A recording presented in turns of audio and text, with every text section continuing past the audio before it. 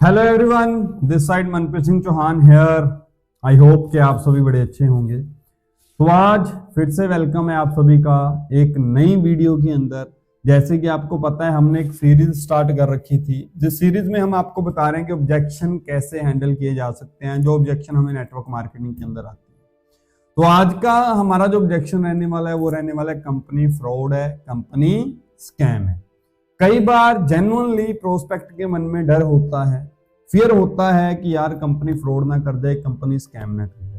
तो मेरा एक मानना है कि ऑब्जेक्शन पूछना सामने वाले का हक है और आंसर देना हमारी रिस्पॉन्सिबिलिटी है, क्योंकि रियल नेटवर्कर वही है जो असल में ऑब्जेक्शन को हैंडल करना सीखता है। जब तक आपको ऑब्जेक्शन को हैंडल करना नहीं आता, तब तक आप एक कामयाब नेटवर्कर नहीं बन सकते। तो प्रोस्पेक्ट का आंसर आया कंपनी फ्रॉड है, कंपनी स्कैम है। अब इसको डील कैसे करना है आपने, तो सामने वाले प्रोस्पेक्ट को आपने सिंपली पूछना है कि कंपनी फ्रॉड है मतलब कैसे कंपनी फ्रॉड है।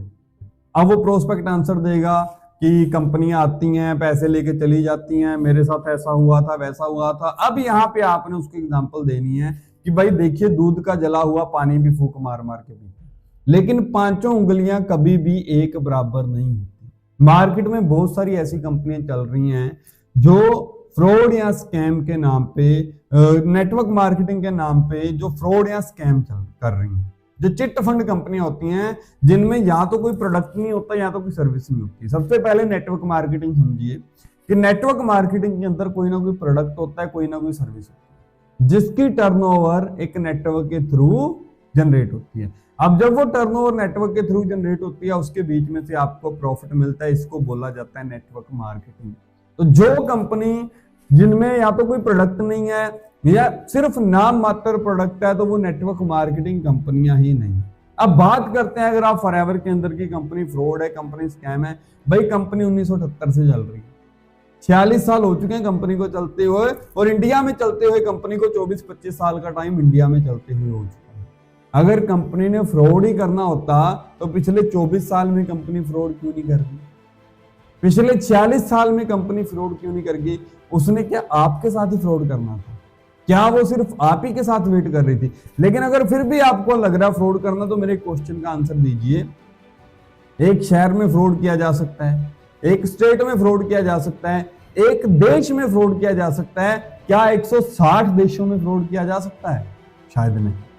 1 साल फ्रॉड किया जा सकता है, 5 साल फ्रॉड किया जा सकता है, 10 साल फ्रॉड किया जा सकता है, लेकिन क्या 50 साल फ्रॉड किया जा सकता है? शायद नहीं किया जा सकता।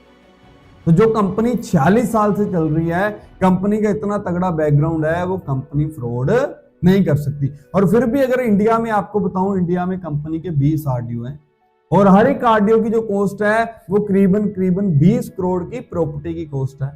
और कंपनी में जो प्रोडक्ट पड़ा है वो हर एक आरडीओ में एवरेज में लगा के चलूं 20 करोड़ का आप आइडिया ले लो, तो 800 करोड़ का कंपनी के पास इस टाइम पे ऑफिस और स्टॉक है। क्या कंपनी हमारी वजह से अपना 800 करोड़ का जो तामझाम है बंद कर देगी? क्या 800 करोड़ की टेंशन कंपनी छोड़ देगी? शायद नहीं। तो फ्रॉड स्कैम क्या होता है कि जब चिट फंड स्कीम होती है, हम किसी दुकान में गए कपड़े खरीदने, हमने कपड़े खरीदे, कपड़े खरीदने के बाद हम वापस आ गए। अब क्या दुकान वाला अपनी दुकान बंद कर जाता है? शायद नहीं करता। क्यों? क्योंकि वो बिजनेस कर रहा है। सेम वैसे ही फॉरएवर भी क्या कर रही है, एक बिजनेस कर रही है। नेटवर्क मार्केटिंग में एक बिजनेस होता है। तो जब हम एक बिजनेस कर रहे हैं, आपने कोई प्रोडक्ट यूज किया, आपको बढ़िया लगी, आप किसी और को रिकमेंड करोगे तो कंपनी का बिजनेस बढ़ेगा। जब कंपनी का बिजनेस बढ़ेगा तो कंपनी फ्रॉड क्यों करेगी? फ्रॉड हमेशा वो बंदा करता है जिसको बढ़ाना नहीं होता। तो हमारी कंपनी पिछले 46 साल से ग्रोथ में है। आज के टाइम पे भी कंपनी की $4 बिलियन की कंपनी की टर्नओवर है, और $4 बिलियन की जिसकी टर्नओवर है कंपनी की, क्या वो कंपनी फ्रॉड कर सकती है?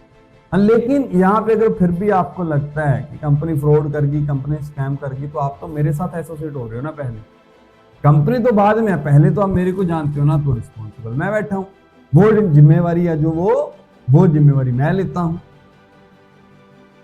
अगर फिर भी आपको लगता है तो एक सिंपल एग्जांपल के साथ क्लियर करो। 2 पर्सन है, एक खुद के मकान में बैठा है, एक का रेंट का मकान है, दोनों के ऊपर 10-10 लाख रुपए का कर्जा, और मकान की जो कॉस्ट है वो 1-1 करोड़ रुपए की। कौन सा बंदा मकान छोड़ के भागेगा? जो रेंट वाला है। जिसका खुद का है वो वहां पे बैठेगा। तो कंपनी के 20 के 20 ऑफिस खुद के हैं, कोई भी ऑफिस रेंटेड नहीं है। पूरी दुनिया में जितने भी ऑफिस है कंपनी के, कोई एक सिंगल ऑफिस भी रेंटेड नहीं है। तो आप कंपनी फ्रॉड की टेंशन छोड़ दीजिए, उसके लिए जिम्मेवार मैं बैठा हूं। तो ये सिंपल तरीके के साथ आप सामने वाले प्रोस्पेक्ट का जो ऑब्जेक्शन है वो हैंडल कर सकते हैं। लेकिन हाँ, यहाँ पे आपका कॉन्फिडेंस लेवल अप होना चाहिए, प्लस आपके पास प्रोफाइल की बड़ी अच्छी नॉलेज होनी चाहिए।